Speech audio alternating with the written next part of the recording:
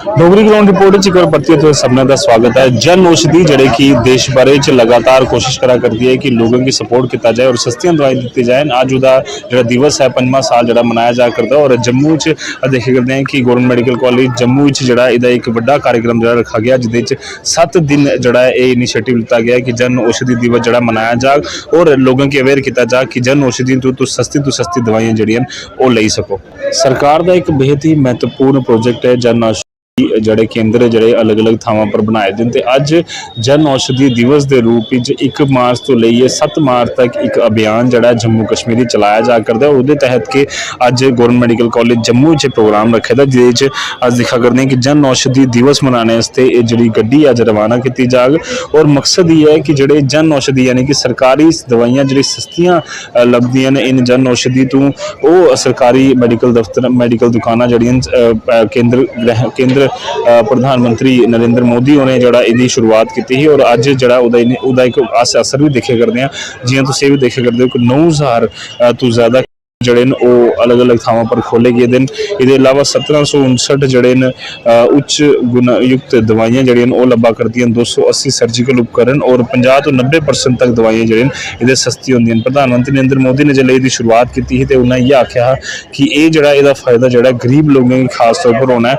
तो अस देखा करते हैं कि चाहे जम्मू कश्मीर हो चाहे नॉर्थ ईस्टर्न स्टेट्स हो या कोई भी बड़े तो बड़ी स्टेट भी होए उदे जड़ा लगातार इसका फायदा जड़ा लब्भा करता। और अज इस रैली की कड़ी के इस 7 दिवसीय प्रोग्राम ही कड़ी के सरकार जी जम्मू कश्मीर की सरकार है वो इनिशिएटिव लवा करती है और जिस सीनियर ऑफिशियल्स NHM डायरेक्टर जड़े GMC के प्रिंसीपल शशि सूदन और कई सारे सीनियर ऑफिशियलों ने अज की जी शुरुआत की है। और ये प्रोग्राम जड़ा इसका मकसद ये है कि ज़्यादा से ज़्यादा लोगों तक एक अवेयरनेस पहुँचाई जाए कि कियां जन औषधि केंद्र जड़े वो अलग अलग थावों पर खुले दें और उसका जो फायदा है आम जनता की वो जो है किस तरह लभी सके। हमारी स्वास्थ्य सेवाओं को और भी सुदृढ़ करने के लिए ये एक और हमारा कदम था। आज हम अपना 5वां जन औषधि दिवस मना रहे हैं, जिससे बड़े सादे शब्दों में अगर बताएं तो दवाइयाँ पहले महसूस किया जाता था कि कोई बीमार होता था तो ओवरबर्डन था, दवाइयाँ अफोर्ड ही नहीं कर सकता था। सस्ती दवाइयाँ और क्वालिटी दवाइयाँ मतलब बेस्ट पॉसिबल क्वालिटी टेस्टेड दवाइयाँ जो हैं जन औषधि केंद्र काफ़ी खुल गए हमारे यहाँ UT of Jammu and Kashmir में 227 केंद्र हैं। पीछे जब प्रधानमंत्री जी आए थे तो 108 उन्होंने तभी इनाग्रेट किए थे। इनाग्रेशन के बाद इन्होंने इतना अच्छा हमारा मरीज़ों को जो सेवाएं हैं वो मिल सकी हैं और काफ़ी बेनिफिशरीज़ हैं।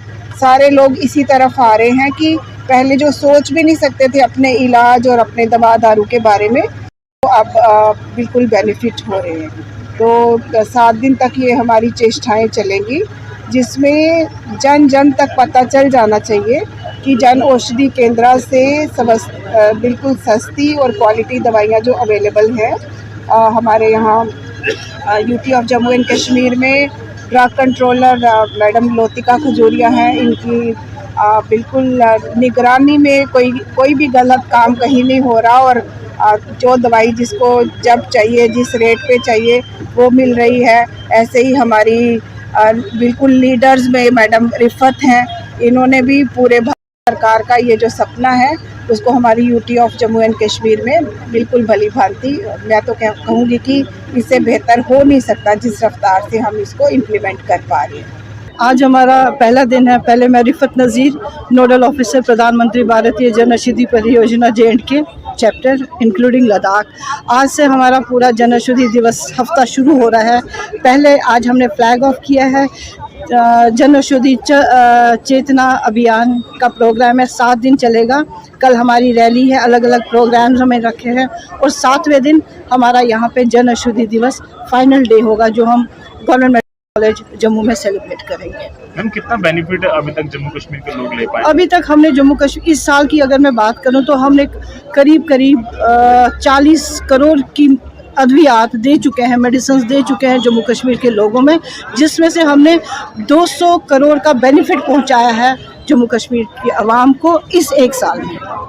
क्या ये अभियान जो है वो गांव में भी चल रहा है, बॉर्डर एरिया में भी चल रहे हैं ऐसे अभियान? बिल्कुल अभी चल रहे हैं हमारे, अभी जितने भी ब्लॉक्स हैं, हम ब्लॉक लेवल पे भी गए हैं, डायरेक्टरेट में, हर जगह अभी कोई डिस्ट्रिक्ट नहीं है जो छोड़ा है, कोई ब्लॉक नहीं। और आज की डेट में 227 केंद्र हैं और आगे कोशिश करेंगे कि इसको और खोलें। बाकी इन पेरिफेरीज तक भी हम जा चुके हैं और अभी हमारे पास 700 मेडिसिन जम्मू कश्मीर में अवेलेबल है, जिसमें से हमारे कंज्यूमेबल मेडिसिन भी हैं और लोगों को पूरा बेनिफिट मिल रहा है, सपोर्ट कर रही है। आपने देखा आज गवर्नमेंट मेडिकल कॉलेज में जो हमारा फ्लैग ऑफ प्रोग्राम हुआ, हमारी प्रिंसिपल मैम, हमारे ड्रग कंट्रोलर लतिका मैम, जिन्होंने जो क्वालिटी देख रही हैं, तो इस बहुत अच्छा जा रहा है। और आने वाले टाइम में हम चाहते हैं ये जो सेवा है ये हम हर एक इंडिविजुअल इसका फ़ायदा ले, हर एक घर में इसका फ़ायदा जाए, ताकि जो कुछ पैसे बचे जो भी उनके घर के डोमेस्टिक इश्यूज़ हैं वो सॉल्व हो सके। यही मुद्दा है हमारे ऑनरेबल प्राइम मिनिस्टर का, कि कोई हर एक बंदे को दवाई मिले, अच्छी मिले, और कोई बंदा दवाई की वजह से ना मिले। जन औषधि केंद्र खोलने का मकसद प्रधानमंत्री का यह है कि जम्मू कश्मीर के लोगों की, देश भर के लोगों की सस्ती दवाइयां जो मिल सकें और अज उसका बेनीफिट लभा करता है। और तई के जन अभियान चलाने की जन औषधि चेतना जोड़ा एक दिवस है वो मनाया जा करता है, जिस 7 दिन जम्मू कश्मीर के अलग अलग थावां पर जो गड्डियां घूमी के मैसेज देंगे कि तुम सस्तियां दवाइयां जोड़े ले सकते हो और जन औषधि केंद्र कियां सस्तियां दवाई दे करता है वो संदेश जोड़ा देने की कोशिश की, सारे इसका बेनीफिट जो है वो ले सकते हो। फिलहाल तो लियो दियो इजाजत और अगले डोगरी ग्राउंड रिपोर्ट वास्ते बने रहो न्यूज़ 18 जम्मू कश्मीर लद्दाख हिमाचल करने। धन्यवाद। न्यूज़ 18 के इस खास प्रोग्राम से तुंदा मता स्वागत है। तो अज तुसें दी अखनूर के खोर में ले आया। मैं तुम्हें दस छड़ा कि पुलवामा जिले में थोड़े दिन पहले पंडित संजय शर्मा की जी आतंकवादियों द्वारा हत्या कर दी गई है, तो उसके लिए अखनूर के लोगों च काफ़ी रोष है। तो अज अखनूर के भाजपा कार्यालय खोड़ में इतने श्रद्धांजलि दी गई है संजय शर्मा की। तो साढ़े कन्नै DDC वाइस चेयरमैन सूरज होर ने। सर जियां आए दिन तुम दिखा दो कि कश्मीर में टारगेट किलिंग हो रही है, तो क्या ये बड़ी पाकिस्तान ने कायराना हरकत की है। बड़े दुख की गल है कि 40 साल के पंडित संजय शर्मा जी अपनी पत्नी कन्नै जा करते हैं और वो सिक्योरिटी गार्ड की नौकरी करते हैं। अक्तूबर 2022 के बाद ये टारगेटिंग किलिंग जी है ये हुई है और ये पिछे पूरा हथ जोड़ा वो पाकिस्तान की पूरी साजिश है। पाकिस्तान अपनी इस हरकतें पर उतरी आएगा कि अज पाकिस्तान पूरे विश्व के नंगा हुई आ। उस पाकिस्तान के शरण लैने की कुछ की कोई नहीं लभे दी, लेकिन जम्मू कश्मीर के आतंकवाद की बढ़ावा देने लिए बार बार सिर चुकता और मुंह तोड़ जवाब लिया इतों वापस जाता है। इस करिए अस जिन्नी कड़े शब्दों कन्नै निंदा कर सकते अस करने भाजपा कार्यालय खोड़ चा। इस मौके पर सारी भारतीय जनता पार्टी की टीम जी है संजय शर्मा की श्रद्धांजलि दी असें और अस ये कामना करने कि उनके परिवार की शक्ति मिले, तंदुरुस्ती मिले, ताकि उनका परिवार इस दुख च बाहर आवे। इस करिए अस सारे इकट्ठे हुई श्रद्धांजलि दी संजय शर्मा की। ये बड़े दुख की गल है ये जी टारगेट किलिंग कश्मीर के हुआ करती। इस करिए उन्हें इस बारी निशाना जोड़ा वो पंडित संजय शर्मा की बनाया जोड़ा अपने परिवार कन्नै जाया करता हा और पुलवामा के उन्हें टारगेटिंग किलिंग करिए उसकी जान ले ली, उसका कतल किया गया।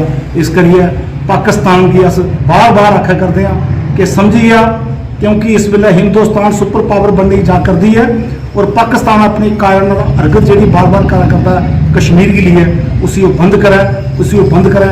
इस करिए मैं अपने साथियों की एक बार जरूर आखूँ कि अस पाकिस्तान के खिलाफ 2 गोश जरूर लगे। पाकिस्तान मुर्दाबाद, पाकिस्तान मुर्दाबाद, पाकिस्तान मुर्दाबाद, संजय शर्मा अमर रहे, संजय शर्मा अमर रहे।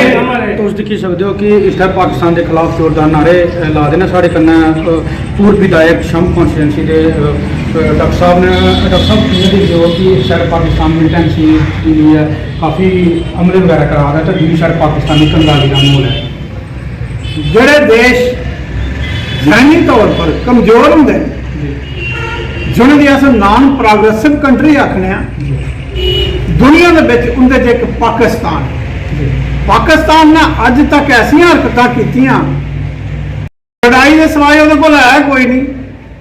पाकिस्तान ने साढ़े पर हमले किए, शंभ कॉन्स्टिट्यूएंसी जिन्नी भी है, बॉर्डर जिन्ना भी है, ये लोग विस्थापित हुए, चाहे 1947 हा, 65 हा, 71 हा, 99, 86 हा, जो भी है, पर इन्हें कोई कसर छोड़ी नहीं।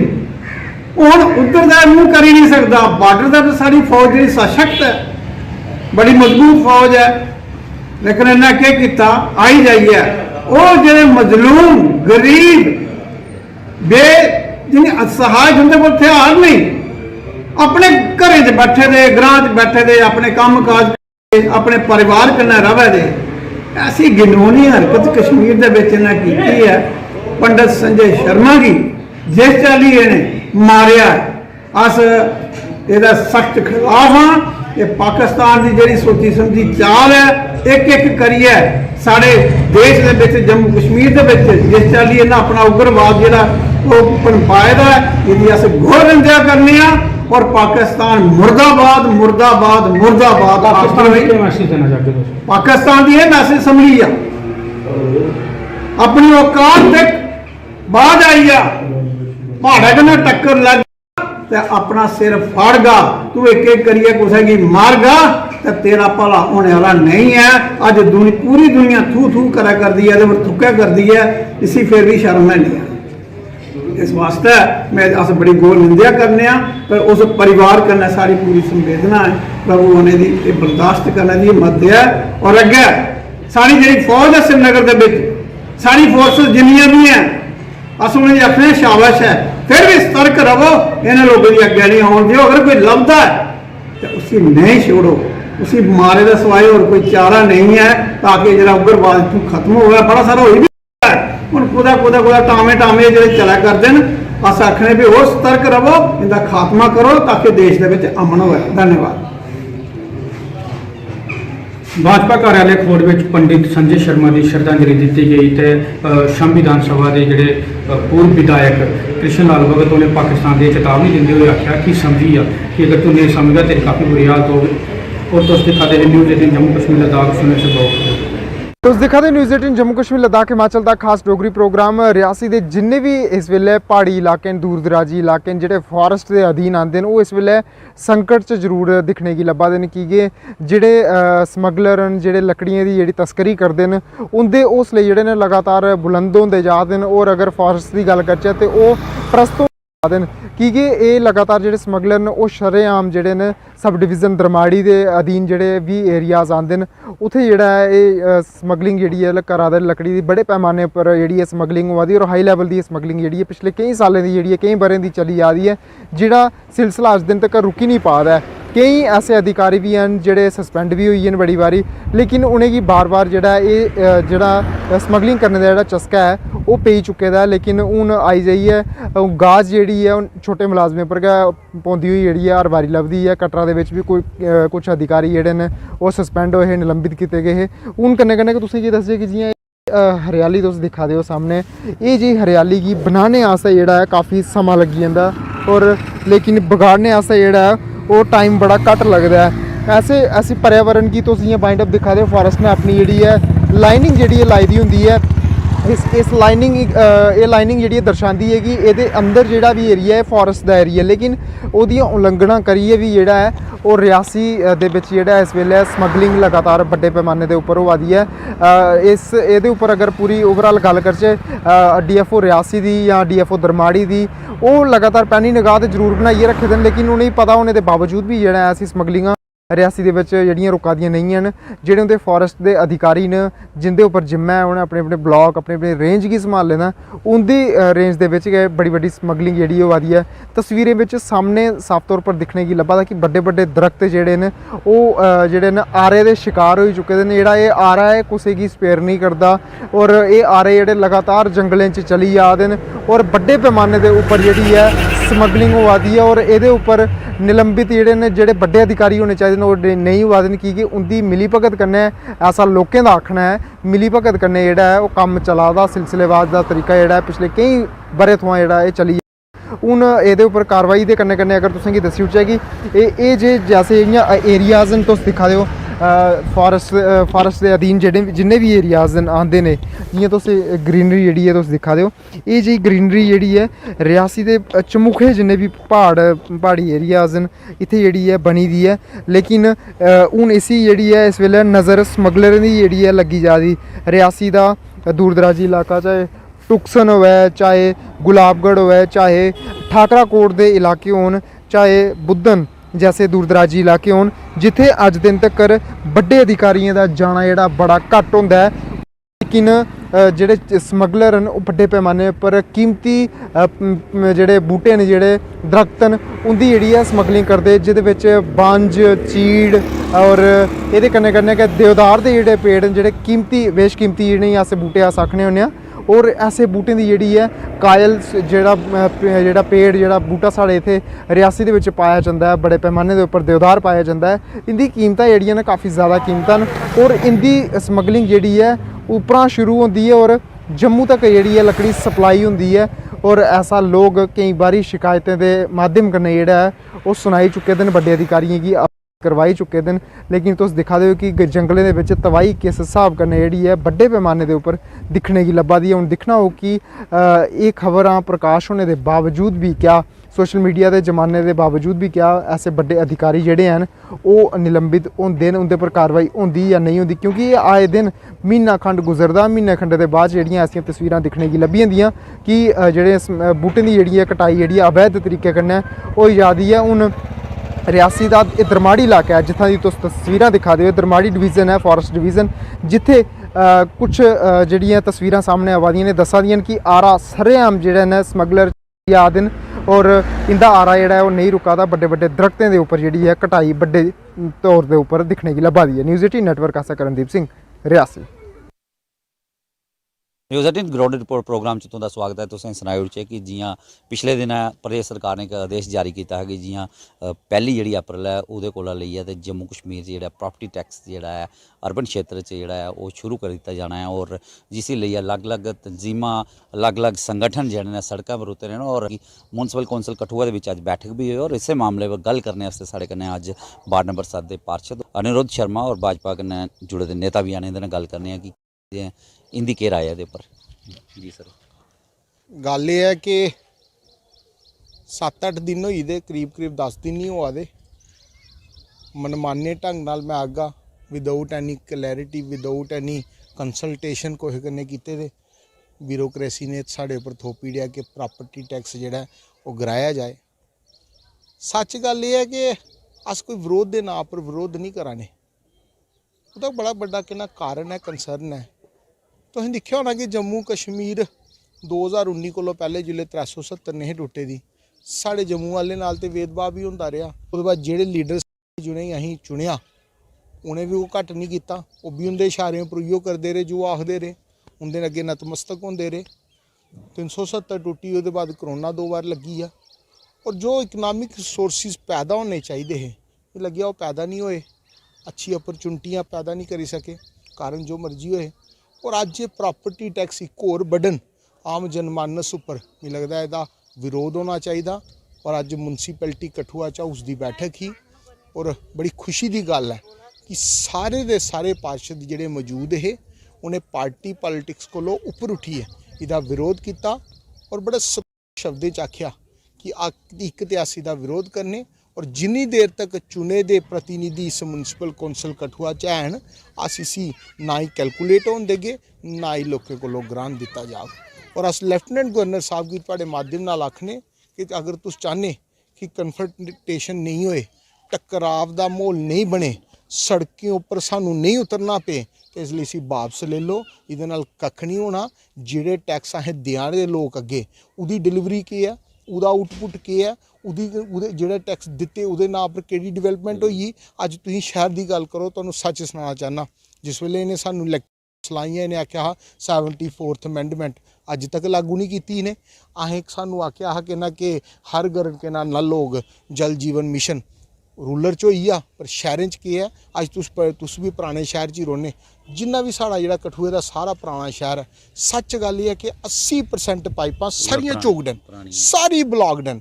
ਪੈਸੇ ਚਾਹੀਦੇ ਉਹਦੇ ਲਈ ਪੈਸੇ ਨਹੀਂ ਦੇਣੇ ਪਰ ਹੋਰ ਪੈਸੇ ਗਰਾਈ ਲੈਣੇ। ਨਹੀਂ ਤੁਸੀਂ ਆਖਿਆ ਪੈਸੇ ਨਹੀਂ ਤੇ ਇਹ ਤੇ ਆਖਿਆ ਰਵਿੰਦਰ ਰੈਣਾ ਨੇ ਕਿ ਬੜਾ ਸਾਰਾ ਬਾਹਰ ਦਾ ਪੈਸਾ ਜਿਹੜਾ ਸੈਂਟਰ ਭੇਜਿਆ ਕਰਦਾ ਉਹ ਨਹੀਂ ਰੁਕਾਵਟਾਂ ਆਦੀਆਂ ਤਾਂ ਲਾਣਾ ਹੈ। ਦੇਖੋ ਮੈਨੂੰ ਨਹੀਂ ਪਤਾ ਵੈਸੇ ਪ੍ਰਦੇਸ਼ ਦਕਸ਼ੀ ਨੇ ਆਖਿਆ ਨਹੀਂ ਆਖਿਆ, ਮੈਂ ਸੁਣਿਆ ਵੀ ਨਹੀਂ, ਵੈਸੇ ਉਹਨੇ ਆਖਿਆ ਨਹੀਂ ਆਖਿਆ ਮੈਨੂੰ ਨਹੀਂ ਪਤਾ। ਇੱਕ ਗੱਲ ਮਜਬੂਰੀ ਚ ਲਾਣੇ ਕੁਛ ਗੱਲਾਂ ਨਾ ਮਜਬੂਰੀ ਚ ਲਾਣੇ ਕੁਛ ਗੱਲਾਂ ਕਿਹੜੀ ਮਜਬੂਰੀ ਤੁਸੀਂ ਮੇਰੀ ਗੱਲ ਸੁਣੋ, ਮੈਨੂੰ ਨਹੀਂ ਪਤਾ ਉਹਨੇ ਆਖਿਆ ਨਹੀਂ ਆਖਿਆ। ਕੁਛ ਗੱਲਾਂ ਪਾਰਟੀ ਪੋਲਿਟਿਕਸ ਕੋਲੋਂ ਉੱਪਰ ਉੱਠੀਏ, ਇਹ ਵਾਦ ਵਿਵਾਦ ਚ ਨਹੀਂ ਫਸੀਏ ਕਰਨੀ ਚਾਹੀਦੀਆਂ। ਗੱਲ ਹੈ ਆਮ ਜਨਮਾਨਸ ਦੇ ਉਹਦੇ ਹਿੱਤ ਦੀ ਉਹਦੇ ਦਿਖਦੇ ਦੀ ਅਸ ਕੇ ਆਮ ਜਨਮਾਨਸ ਦੇ ਨਾਲ ਖੜੇ ਆ। ਉਹਦੀ ਗੱਲ ਅਸੀਂ ਕਿੰਨਾ ਰੱਖਣੇ ਵਾਸਤੇ ਉਹਨੇ ਸਾਨੂੰ ਇੱਥੇ ਭੇਜਿਆ, ਅਸੀਂ ਉਹਦੀ ਗੱਲ ਰੱਖੀ। ਬਿਲਕੁਲ ਸਰਕਾਰ ਜੀ ਐਲਜੀ ਉਹਨਾਂ ਨੇ ਵੀ ਆਖਿਆ ਕਿ ਨਿੱਕੇ ਲੋਕਾਂ ਜਾਂ ਛੋਟੇ ਦੁਕਾਨਦਾਰ ਇਹਦੇ ਕੋਲ ਦੂਰ ਰੱਖੇ ਜਾ। ਕੀ ਆਖਦੇ ਹੋ? मैं साफ गल आखना इसी टैक्स की नहीं ऐलान देना। अगर ये टैक्स लग गया असें दा विरोध करना, चाहे वो म्यूनसिपैलिटी हो, चाहे DC दफ्तर हो, चाहे सड़क हो, चाहे लेफ्टिनेंट गवर्नर। नहीं तुसीं नहीं चाहते डेवलपमेंट होए? डेवलपमेंट अगे जी वो तो दिओ ना, जो टैक्स लोग दा हिसाब तो दिओ, फिर असें ये भी ग्रांट देगे। पहले जो दिया दे टैक्स उहदे उपर जी डेवलपमेंट होआ दी वो तो दसो सानू किन्नी को होआ दी किन्नी नहीं होआ दी। तो असें भी दिक्खी लैने शहर की की हालत है। अस केह् करिए, लोग सानू आखदे गली बनाओ, लोग सानू आखदे हुण गर्मी का मौसम आ दा पानी दिओ, अच्छी लाइटिंग दिओ, अच्छा ड्रेनेज सिस्टम दिओ, रेनी सीजन च उत्थों देइए। इत्थे ते कहना साढ़े कोल इंप्लाई नहीं हैं कहना स्वीपर के जेह्ड़े ओह् कम्म करन, ते फिर जेह्ड़े टैक्स लैने पहले ओह्दा ते हिसाब देई ओड़ो, फिर ये भी टैक्स करागे।